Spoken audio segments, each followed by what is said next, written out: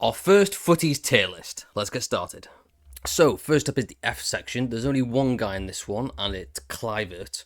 The stats don't actually look that bad. They look pretty good. The problem is pretty much everything else. Only got 4-star weak foot.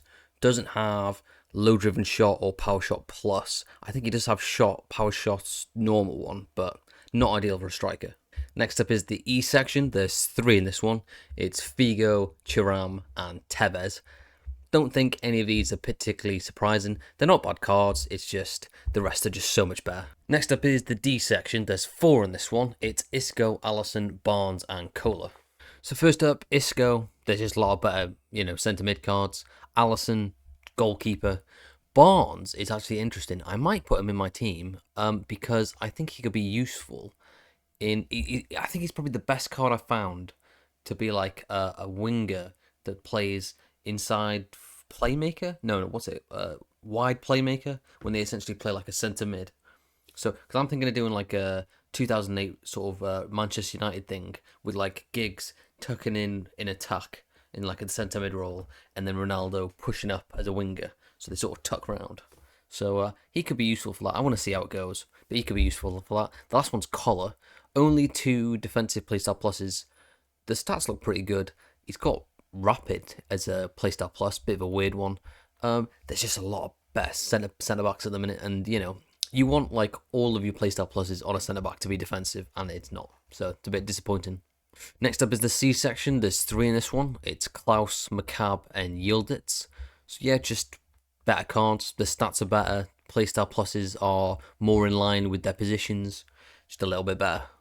Next up is the B section. There's 3 in this one. It's Matuidi, Faudi, and Maldini.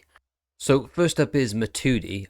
Really good stats. I think the playstyle pluses could be better. I think Bruiser, because he's 5'11", and I think Bruiser works better on like smaller people so that they're agile, but then Bruiser makes them stronger than they actually are for the size. If he's 5'11", he's already strong enough, so that's a bit of a waste.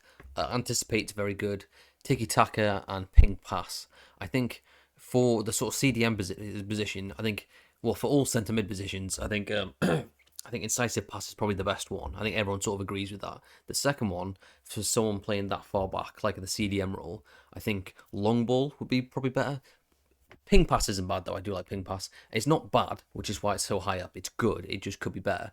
Maldini, similar thing, really quite good, but he's missing some key things. So that the passing and the dribbling could be higher. He's only 6'1", so he could be higher. I think the best centre backs now are about 6'4", because the ones a little bit taller than that, they get a bit slow. But 6'4" is about right. 6'1", still usable. Anything above 6 foot's usable for a centre back, but it could be the only thing keeping it from going higher is that passing dribbling could be higher. The playstyle pluses are good. He's got block and anticipate, but they could be better. The other ones I'm not hooked on. Faudi is really interesting because her stats look really good. I mean, they could be better. The playstyle pluses could be better, but it's quite decent. And I consider how cheap she is. I think anyone starting a new team should consider using her because she's like 40k or something. She's ridiculous, and she looks like a really decent card. That'd be worth one. That would be one worth buying. Next up is the A section. It's James and Koundé. Don't think anyone's going to be surprised by this one. They're good. They're not perfect. There's clearly some better cards than them, but I think they deserve to be that high. I don't think anyone can doubt that. So now we're on to the last one, the S section. This week, I hopefully no one will disagree with the order. I don't think there's been any weird ones, and I think the S section is no different. I think they all make sense. So they're Mbappe, Z Roberto, Yamal, and Pele. So it makes sense. I don't think anyone's going to argue with that. It makes sense that they're above everything else. Ridiculous cards. They've done really well. It's footies, isn't it? So they're all really good. But clearly these are the best ones. So if you've got any of these, well done. Good on you. Okay, that's it. Thanks for watching, and come back next week so we can see what I'm assuming is going to be Footies Team 2. See you now.